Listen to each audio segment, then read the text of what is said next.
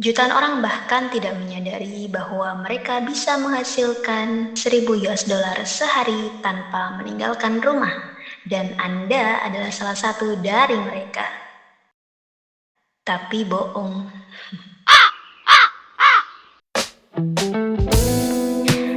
Hai everyone, selamat datang di channel ini. Aku Egya dan di video kali ini aku akan membahas tentang jadi Crazy Rich Anti-Crazy ala The Real Sultan Utsman bin Affan. Tapi sebelumnya, please subscribe dulu ya channel ini sebagai bentuk dukungan kalian terhadap konten-konten yang aku buat ini. Ya, pernah dengar nggak lagunya Bruno Mars yang I wanna be a billionaire? Yang gitu-gitulah ya. Itu adalah salah satu lagu favoritku dulu pas masih suka main gitar ya, karena nadanya enak dan asyik juga gitu buat nge-chill. Tapi kalau dipikir-pikir ya, tuh lagu emang matre juga sih, duniawi banget gitu. By the way, matre mah sekarang bukan lagi kata yang punya konotasi negatif ya, in my opinion. Karena wajar banget di dunia yang semakin kapitalistik ini, apa-apa dihargai pakai uang. Ini bayar, itu bayar. Tapi di saat yang sama mereka yang punya uang pun juga bebas beli apa aja. Dan zaman sekarang pun idealisme aja juga bisa kebeli kan, asal ada duitnya. Ya, cuan. Orang-orang pada tercrazy gitu ya sama cuan. Apalagi kalau ada iming-iming instan, setahun udah bisa beli ini, itu gitu kan. Dunia bedah. Tapi sekalipun demikian bukan berarti kita-kita nih ya orang Islam itu menutup diri tuh sama sekali dari duniawi yang seperti itu ya. Jadi kaya ataupun crazy rich sekalipun itu boleh, asalkan bukan crazy rich yang tercrazy ya sama dunia sampai-sampai menghalalkan segala cara.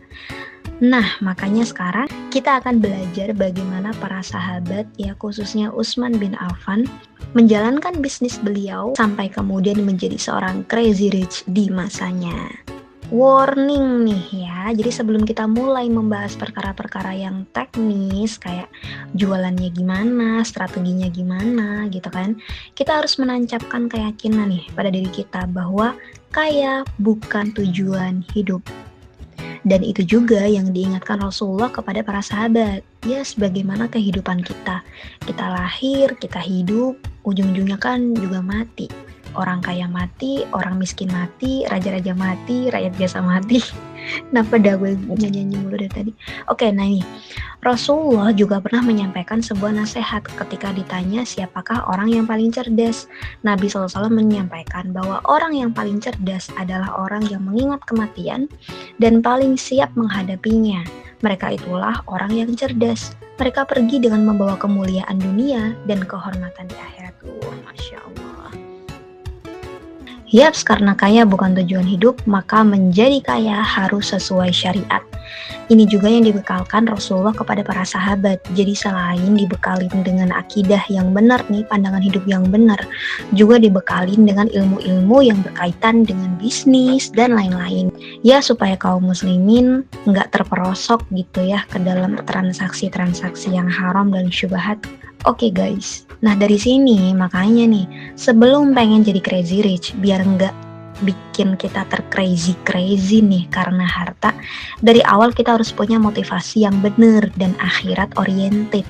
Nah di saat yang sama kita harus membekali diri dengan ilmu syariat Islam sebelum terjun untuk mencari nafkah dunia gitu.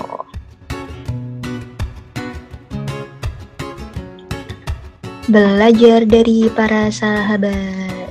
Karena di sini judulnya adalah belajar kepada para sahabat, kita mesti tahu dong seberapa besar sih kekayaan dari sahabat yang akan kita omongin ini. Ya, beliau adalah Utsman bin Affan dan menurut Profesor Yusuf bin Ahmad Al-Qasim, yang mana beliau ini adalah seorang dosen fikih perbandingan di Ma'had Ali Lil Qadha di Saudi. Nah, beliau memberikan data nih bahwa kekayaan Utsman bin Affan radhiyallahu anhu itu sekitar 30 juta dirham, 150.000 dinar, dan 200.000 dinarnya disedekahkan. Ada beberapa sumber yang mengatakan jumlah yang berbeda, tapi ya sekitaran seginilah ya, atau mungkin lebih.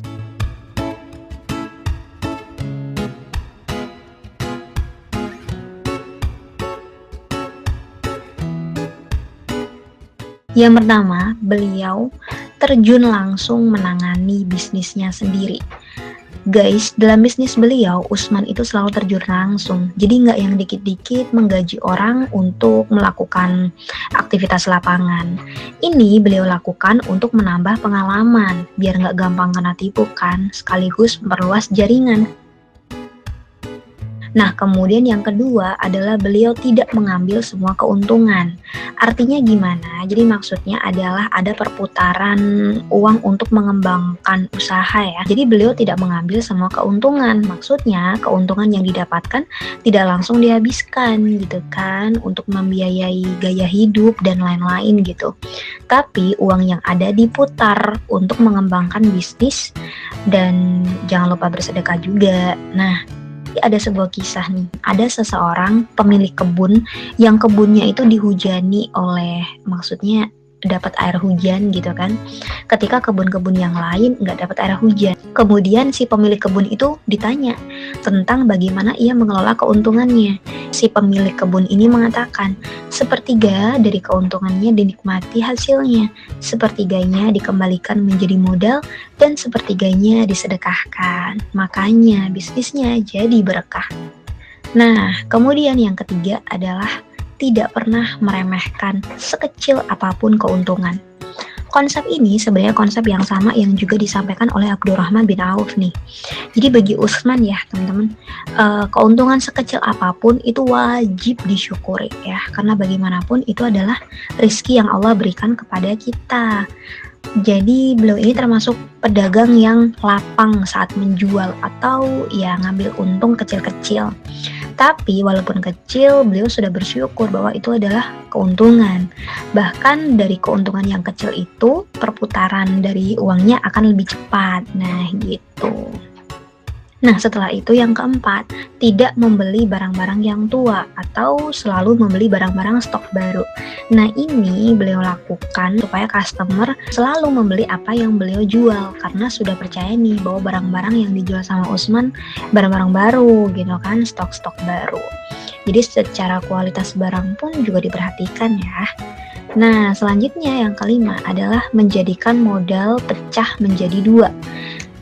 Artinya membuat beberapa opsi bisnis. Jadi misalnya kita punya uang 1000 dinar nih, maka jangan meletakkan semuanya pada satu bisnis aja. Tapi modal itu tadi sebaiknya dipecah jadi dua, gitu kan.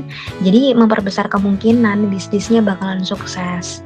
Atau misalnya punya tanah nih, nah lebih baik tanah itu dibuat kafling agar konsumen bisa memilih mana yang cocok. Jadi artinya memperbesar kemungkinan ya kalau ilmu peluang-peluang gitu ya.